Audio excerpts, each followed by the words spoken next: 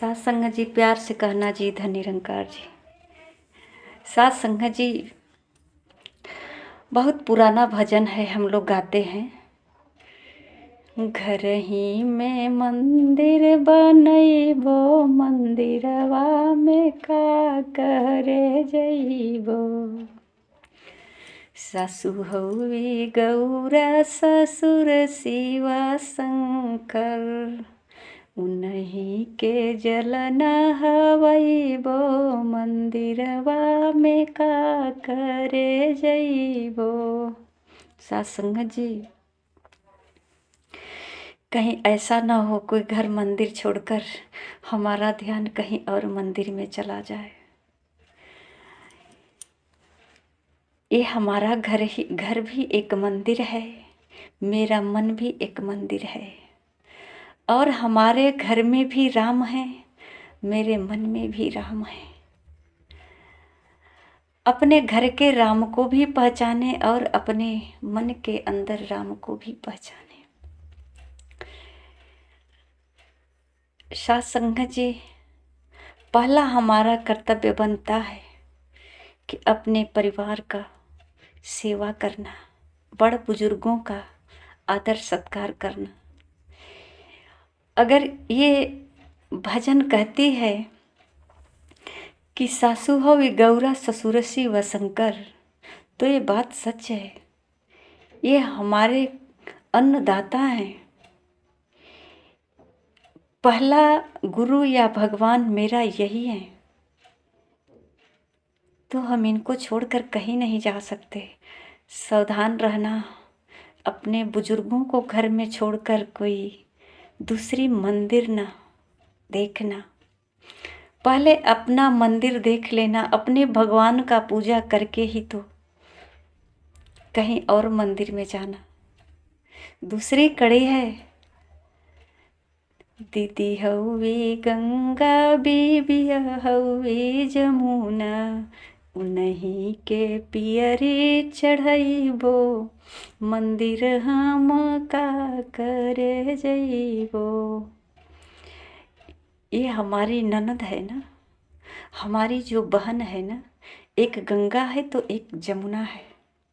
अगर हमारे पास ज़्यादा चुंदरी चढ़ाने की शौक़ है तो प्यार से बुलाएं अपनी ननद को और एक चुंदरी उसे दान कर दें और दूसरी अपनी बहन को। और जितना दिन तक ये पहनेंगी, चाहे अमीर होंगी चाहे गरीब होंगी, है तो ननद, है तो बहन, और जितना दिन पहनेगी उतना दिन तो याद करेगी। हमें भी तो लगेगा कि हम उसको कुछ वस्त्र दिए हैं, वस्त्र दान किए, संतुष्टि हमें भी मिल जाएगी, उनको भी मिलेगी और प्यार भी बढ़ेगा, गरीबी नहीं आएगी। और जो हम वो चढ़ावा चढ़ाते हैं ना, वो कोई नहीं पहनता है, स्वयं हम पहन लेते हैं। लेकिन हमारे अंदर एक भ्रम है कि हमने किसी को चढ़ाया है। तीसरी कड़ी है, सैया हूँ राम, देवर हूँ लक्ष्मण, इन्हीं के आरती उतरबो, मंदिर हम का करे जइबो। वैसे भी कहा भी जाता है कि पति परमेश्वर है, तो पति परमेश्वर है तो कहीं सीता जी की तरह हमारे मन में तो लालच नहीं आ गया कि जैसे सीता जी घर से तो कहीं राम के साथ कि हम अयोध्या में सब कुछ अपना सुख त्याग करके आपके साथ वनवास चलेंगे। और जब वन में गई तो हिरण को देख करके एक मन में ऐसा भाव आया कि सोने का हिरण है, इसका जो है चमड़ी से हमारे लिए कुछ जेवर बन जाता, श्रृंगार का भाव आ गया। तो ये संसार है, कहीं हम विचलित ना हो जाएं इस भाव से। मेरा पति ही परमेश्वर है, मैं अपने पति का सेवा करेंगे, पूजा करेंगे तो दुनिया का कठोर से कठोर पति अवश्य ही पिघल जाएगा। क्योंकि एक पत्नी ही ऐसी शक्ति है जो अपने पति को पिघला सकती है, और मोम से मोम नाजुक पति होता है जो पिघल जाता है। तो हम अपने कर्म को न भूलें। हमारा कर्म ही सेवा है, कर्म ही पूजा है। अपने कर्म को न भूलें, क्योंकि हमें कर्म का ही फल मिलने वाला है। कहा जाता है कि कर्मों का फल, तो हम ऐसा कर्म करें जो फल अच्छा निकले, जो फल अच्छा मिले। कहीं इस भीड़ में हम ऐसे न बहक जाएं कि घर में बुजुर्ग माँ बाप और रिश्तेदारों से दूर हो जाएं अपनी भक्ति की होड़ में। साथ संगत जी, अगर सच में समझें तो घर ही मेरा मंदिर है, क्योंकि घर में भी बहुत सारी मूर्तियां हैं। मेरे परिवार के जितने सदस्य हैं, ये भी तो एक मूर्ति है परमात्मा की बनाई हुई। और ईंट पत्थर से मंदिर भी बना है, ईंट पत्थर से घर भी बना है। तो फर्क इतना ही है कि ये सारी मूर्तियाँ जो है खाने पीने वाली है, और हम केवल खिलाने का नाटक करते हैं। यहाँ सब खाने वाली है और वहाँ केवल खिलाने का नाटक करना पड़ता है। यहाँ सब सेवा कराने वाले हैं, वहाँ सब सेवा का नाटक करना पड़ता है। तो हम नाटक क्यों करें? जीवन तो ओरिजिनल है, तो नाटक करके क्यों जिए? हम ओरिजिनल कर्म करके जिए। नाटक करने से तो जीवन नाटक ही बन जाएगा ना। अगर सच में सेवा करना चाहते हैं तो अपने परिवारों में सेवा करके देखें कितना प्यार है। एक साथ बैठकर खाना खाएं, एक साथ प्यार से बातें करें, अपना दुख सुख एक दूसरे के साथ शेयर करें, मिलवर्तन के साथ रहें, भाईचारा के साथ रहें। हो सके तो कदम आगे पड़ोसी की तरफ बढ़ाएं। कहीं न ईर्षा, न द्वेष, न घृणा, न बैर, न तकरार। फिर देखिए कहाँ नहीं राम है, कहाँ नहीं भक्ति है। एक प्रेम भगवान का अवतार है।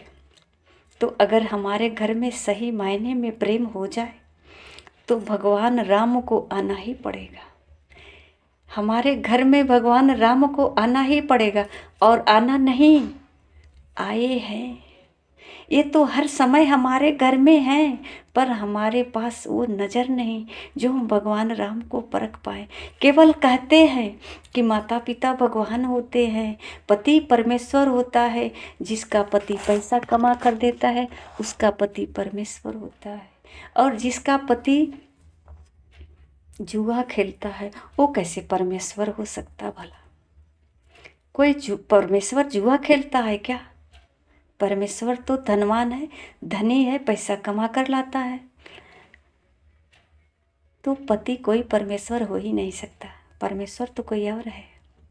हम तो केवल मानते हैं, स्वार्थ से जुड़े हैं, पर हमारा जो कर्तव्य है वो तो करना ही पड़ेगा।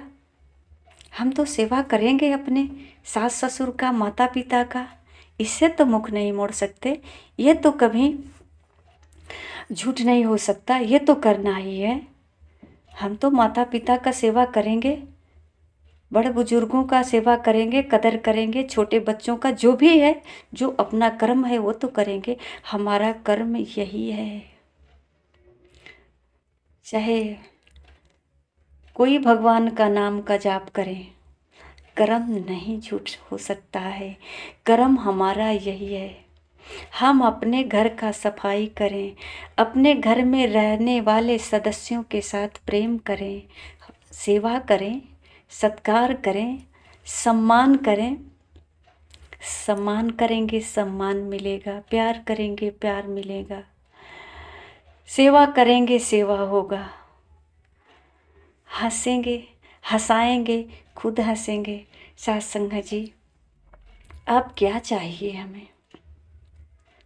अब क्या चाहिए? किसकी तलाश है हमें? क्योंकि संतुष्टि नहीं है ना। भरोसा नहीं है ना परिवार वालों पे, न पति का भरोसा पत्नी पे, न पत्नी का भरोसा पति पे, न सास का भरोसा बहू पे, न बहू का भरोसा सास पे, न बेटा का भरोसा माँ बाप पे, न माँ बाप का भी भरोसा बेटा पे। कैसे हो सकता है? अब भगवान इसमें क्या कर सकते हैं? दोनों के बीच प्रेम कैसे पैदा करेंगे? एक चौपाई है, प्रातः काल उठ गए रघुनाथा, मात पिता गुरु ना वही माथा। इसको हम रटते रहेंगे। प्रातः काल उठ गए रघुनाथा, मात पिता गुरु ना वही माथा। रटते रहेंगे, सबका प्रणाम हो जाएगा, है कि नहीं? ये चौपाई पढ़ने से क्या होने वाला है? हम ये चौपाई को अपने सारे वस्त्रों पे लिख डालें, सारे घर के दीवारों पे लिख डालें, सारे दिन इसको कंठस्थ करके रटते रहें, क्या होने वाला है? इससे क्या फ़ायदा होगा? अगर हम माता पिता के पास नहीं बैठेंगे, उनका प्रणाम नहीं करेंगे, पाँव नहीं छुएंगे, गुरु का सम्मान नहीं करेंगे, गुरु का चरण नहीं छुएंगे, तो इस चौपाई में क्या रखा है? साध संगत जी, जितना हमको कहने में आनंद आता है, अगर करेंगे तो इससे कई गुना आनंद मिलेगा। करके देखिए ना, बहुत अच्छा लगेगा, बहुत आनंद मिलेगा। कहीं ढूंढना नहीं पड़ेगा, इसकी कोई तलाशी नहीं। कहाँ तलाश करेंगे? इसे ढूंढना नहीं है, कहीं खोया नहीं है, जानकारी नहीं है, फिर जानना है। हमें सुख चाहिए तो फिर जानना है। एक रामायण की चौपाई है, ईश्वर अंश जीव अविनाशी, चेतन अमल सहज सुख राशि।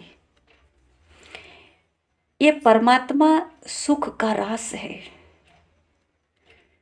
इसीलिए लगता है सब परमात्मा को ढूंढते हैं। पर ये क्यों लिखा गया है कि ईश्वर अंश जीव अविनाशी, चेतन अमल सहज सुख राशि? ये अमल है, ये शुद्ध है और चैतन्य है, तो फिर है कहाँ?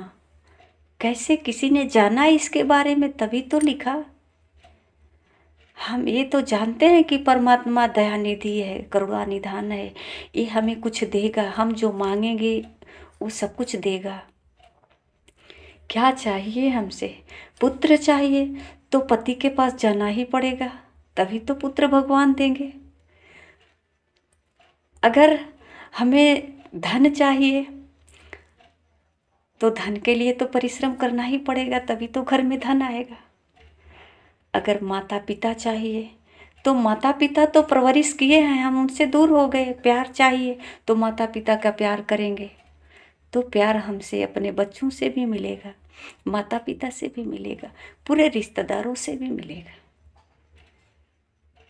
अब क्या चाहिए? अब किस चीज़ की तलाश में हम इतना भटक रहे हैं? मांगना पड़ रहा है औरों से।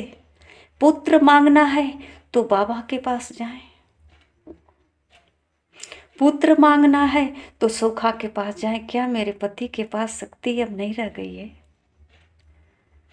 किसी और की शक्ति लेनी पड़ रही है। हमारे भाग्य में होगा तो हम पति के साथ रह करके ही पुत्र पैदा कर सकते हैं, किसी की सहारा की जरूरत नहीं है। अगर हमारे पास शक्ति है, हाथ पांव हमारे अंदर परिश्रम करने की, जब हम समर्थ हैं, कर सकते हैं, तो कुछ काम करें। घर में है तो घर का कार्य करें, नौकरी ऑफिस जो भी कर रहे हैं कार्य करें। पैसे तो इसलिए आएगा ना, कर्म करने से धन आएगा,